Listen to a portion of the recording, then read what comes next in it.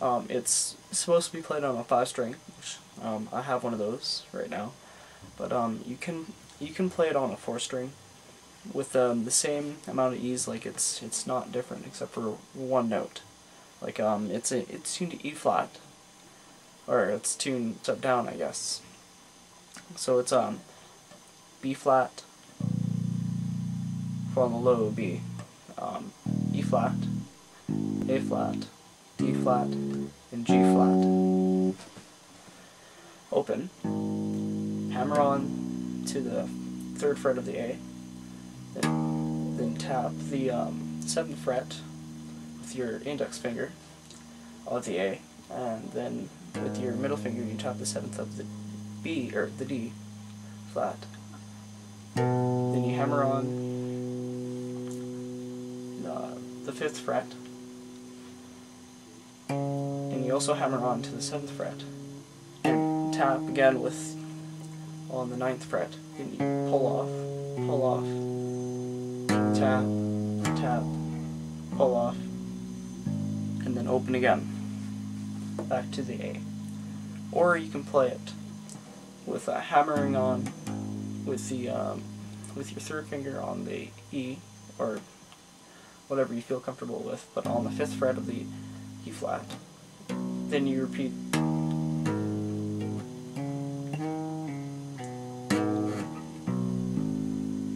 or either. I feel that the open is cleaner, but and then you do that a couple of times, so it should sound like, yeah, if you do it slow.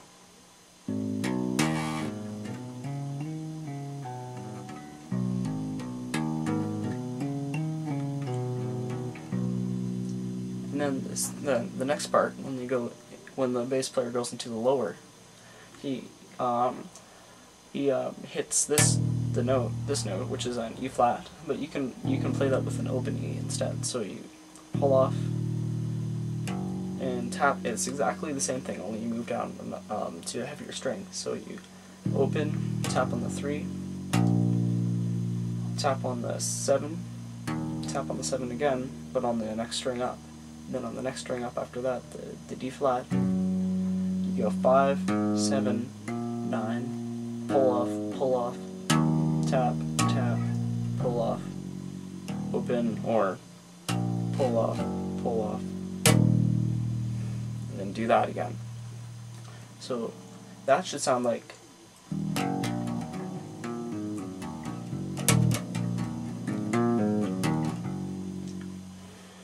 and then the next part is a little tricky because it kind of has to be played on the 5th string, but you can substitute this, this is an E, not an but you can play an E flat, like just do the open E again if you don't have like the bottom B. So what you do is, if you have the 5th string, then you go on the 6th fret of the B, 5th fret of the E, well, 5th of the E flat, and then tap on the 7th fret, no, the 8th fret of the E flat, the 8th fret of the A flat, then tap on then hammer on the 7th fret of the D flat, and then the 9th fret of the D flat, and then tap the 10th fret of the D flat, and then and then just pull it off again and do the reverse, just like before. So that should sound like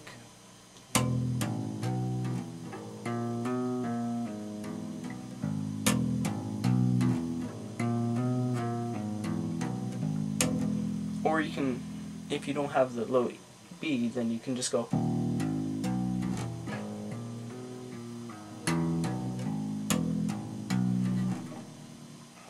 like that. And then and then he just repeats the entire phrase again. It sounds something like this.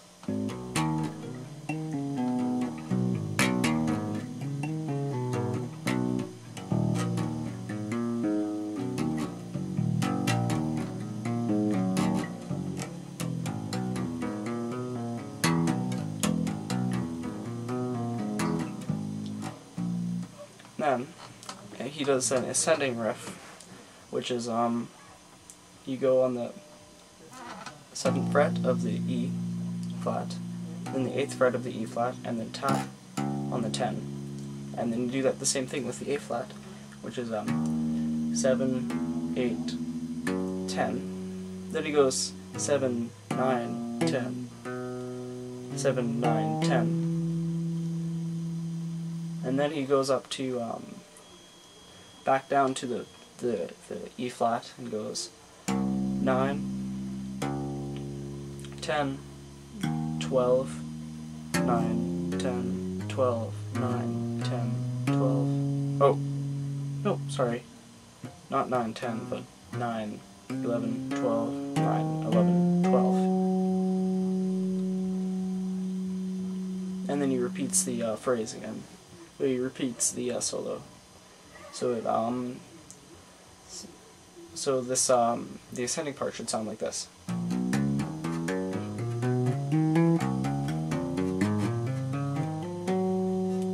And then he goes back into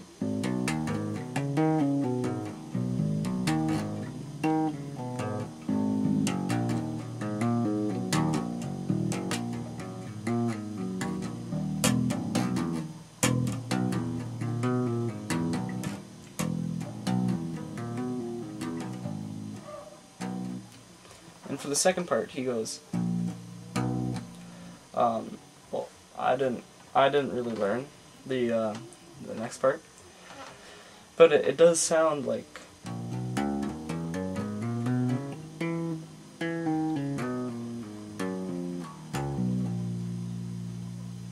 And that's the solo, so it should sound like, played at speed, it should sound like.